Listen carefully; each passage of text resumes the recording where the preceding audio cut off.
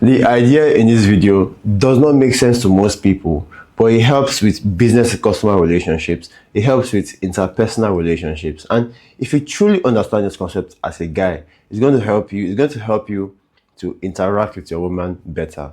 So this whole concept is coming from episode 14 of the Diary of a CEO, my book summary, where it's called Friction Can Create Value.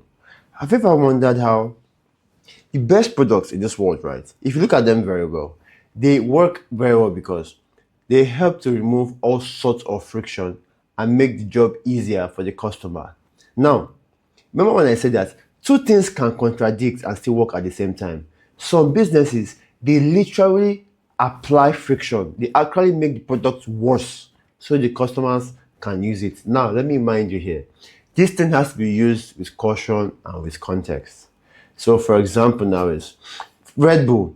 Red Bull understands its promise. That its promise is it's a drink, right, to give you energy. Now, if you think about it, if Red Bull had made their product very sweet, some people would associate the sweetness with excess sugar, and that process would dump the product. But Red Bull understood that how your customer sees the product is just important. So what Red Bull did is simple. Take the product, make it have a very slightly medicinal taste, make it a little bit rancid, a little bit ugly, a very random ugly taste. So when the customer takes it, it feels like he's taking a medicine that will unlock energy in his body. Now you see how it is. They made the product feel worse, so it's going to create a perception in the customer's mind.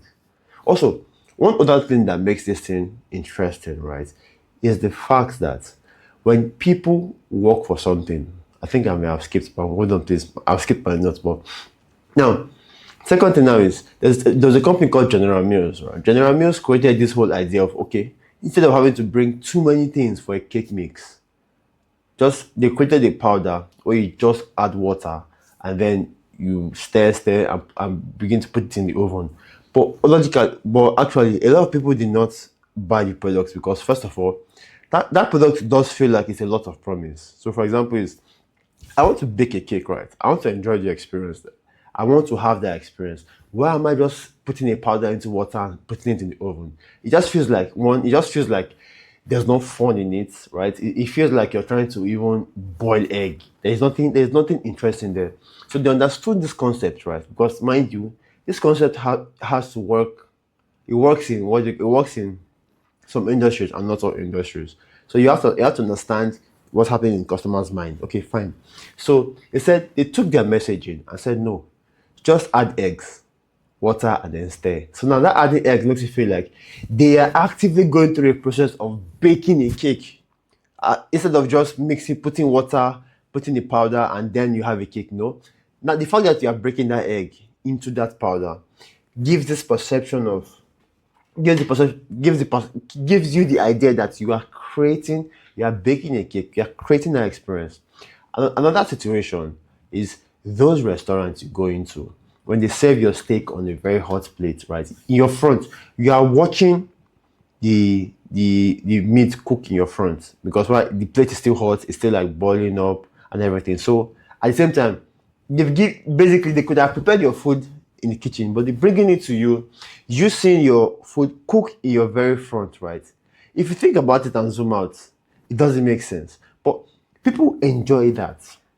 Guess what? Because that thing is even different. Obviously, if you check the wallpaper effect, because this thing is actually different, they take pictures of that. Like, wow, I came to this restaurant. I think about it now. I came to this restaurant. I mean, my food was already cooked. They brought it to me in this hot plate. I could witness it cooking. It was very interesting, right? Now think about it. I went to a restaurant. My food wasn't ready on time. They even brought the uncooked food for me to cook in my front. It feels different, right? It feels funny, but if you look at the first statement, it shows that the customer embraced that process, despite the fact that it was friction. Another case here is, if you've ever gone to those flights or hotel bookings, if you ever noticed, right, when those guys, because mind you, those things are done by computers, they are fully automated. But there's a problem because whenever you go to maybe book a room, a hotel, a flight, Those things happen very, very fast. So people were kind of skeptical about it. What happened is they were able to intentionally slow down the speed of the website to make the customer believe that that website is going to check a lot of information, right? To find the best deals for you. Think about it. So what that means is, okay, so I log into a site, right? And then I type whatever it is I want to type. Maybe I want to book a flight. And these flights I'm looking for took about 30 to 40 seconds to bring out results. It makes the customer feel like these guys actually took their time to get the best deals. But because I'm in tech, I'll tell you behind the scenes that nope. It's all gimmicks. You see how these psychological tricks, right? Imagine somebody building a website for maybe imagine for $10 million. Just be hypothetical, yeah. Maybe $100,000, right? And somebody builds it for $10,000. The guy who builds it for $10,000 slows down the site to create that impression of hard work behind the scenes.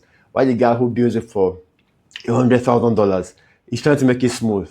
Which do you think will be more accepted by the customer? Obviously, the one that has friction. Now, this is how I used to use this technique in my freelancing. So in my freelancing, if I see a certain job that will give or take, to be very frank, because of how much hours I work, it could take me 3 weeks.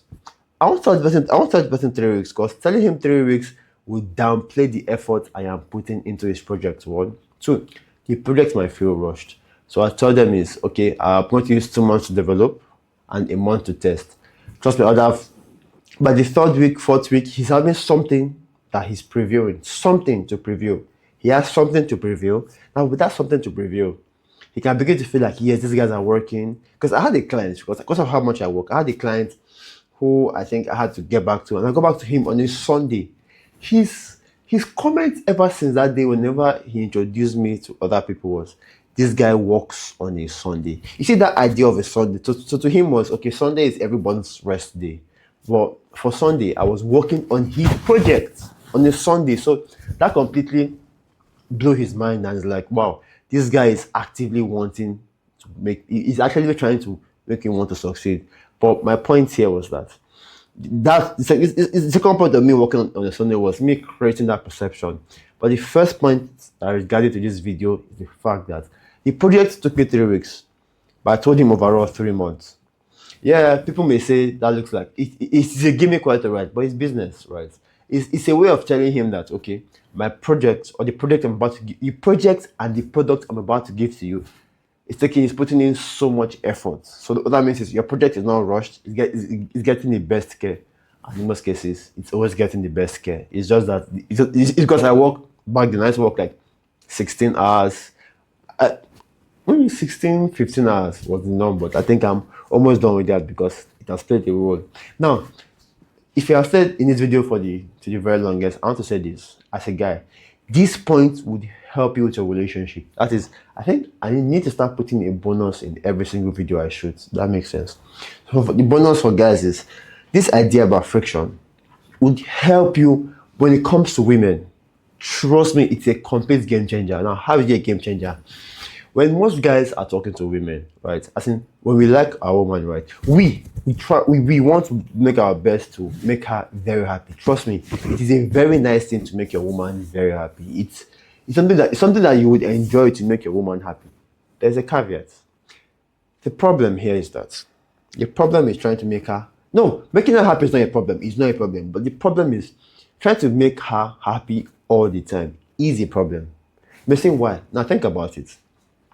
This is where our thinking works against us. Now, women are wired to experience all sorts of emotions. The key word there is experience the emotions. So what that means is that if she's feeling only happiness, something does not click in her head. Something does not feel in her body. Mind is feelings, right? So I remember when my MMA teacher told me something. He says, if you're a president, if you're a beggar, the body doesn't care. It's only your imagination. Yes, you are a rich man in your imagination, in your mind, but your body doesn't care. What that means is if you give your body poison, it's going to die. If you give your body injuries, it's going to injure. It's going to slow you down. So the message here is that if her body needs those emotions, you have to help her with those emotions. So for example, is you have to make her sad. I'm not saying you should do something stupid to hit her. So how can you make her sad in a way that works for both of you? So she wants you to do something that you genuinely do not want to do. Just use that opportunity to make you worse. So, nah, I'm not doing it. That statement of no, I'm not interested, I'm not doing it would do a lot, because she's going to ask, she's going to wonder, what's going on? What's happening? Why are you treating me this way? Mind you, at first, at that moment, right, she may try to use a lot of emotional gimmicks, but if you hold that frame, and say, no, I am not interested, it's a completely different game changer. She begins to see you as somebody who really, really holds that authority. She'll begin to see you as somebody that she should not joke around with. Now, like I've said over and over again, a lot of people will take this advice and misuse it. Now, what else? Maybe try to make her cry, right? Saying no for things that you don't want to do, because it will also help you as a man to lead that relationship. It shows that you are dominant. It shows that you have balls, basically, because whenever you're trying to say yes to everything, at some point she's like, what is this guy even doing? Because you have to understand that if you're the yes man, what that means is somebody can come from somewhere and disrespect you, and because you are a yes man, you don't have what it takes to say no. She's going to assume that when something crazy happens, you'll just let it slide. You will not be somebody who will stand up for her. So you also have to understand how women think, and also understand how customers think. I always tell people that if you treat customers like the guys treat women, because to be very honest, since the dawn of time, it's only in recent times that women headed businesses. Men have always headed businesses. So when it comes to business and customer relationship, it's mostly the men that understood the women nature, right? That had that edge. Take it or leave it. Even though they didn't have like maybe a lot of partners, but when they understood the relationship dynamics, it worked in their favor. It's the exact same way that shall we hold on. I guess I've lost my train of thought. I had to just dust something that fell on my table. So yes, business relationship and women to men relationship are very similar. They have a lot of similarities.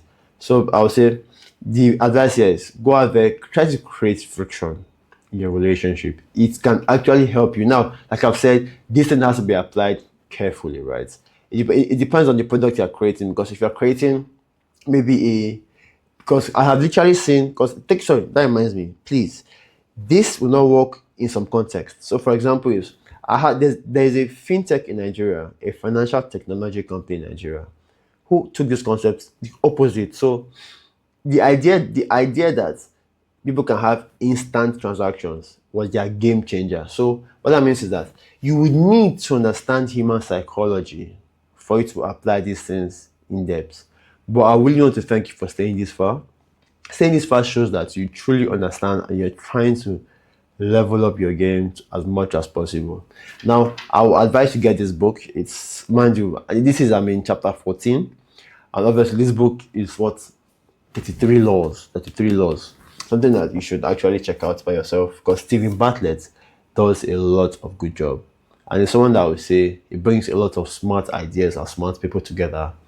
I encourage you to get the book and you get more value. So that's it. Thank you very much. Can you share my video with somebody who you know has always been walking on eggshells, who is always afraid to create friction, either in business or in his personal relationship? Is that act, right? That act of sharing this video, or just that act of sharing this video, by the way, subscribe. That act of sharing this video is going to do a whole lot, right, to help this channel grow. And as this channel grows, the more the movement. And the movement we have here is simple. We're trying to make men great again. We're trying to build a community of men who understand that the world is going to shit right now. And it's only the men that can save it. I'm sorry.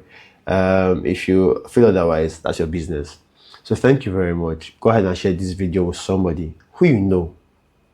Or share this video. Have that selfless act of sharing this video with somebody who you think is going to find it of great value. That selfless act will come back to you in tenfold. Talk to you soon, and bye for now.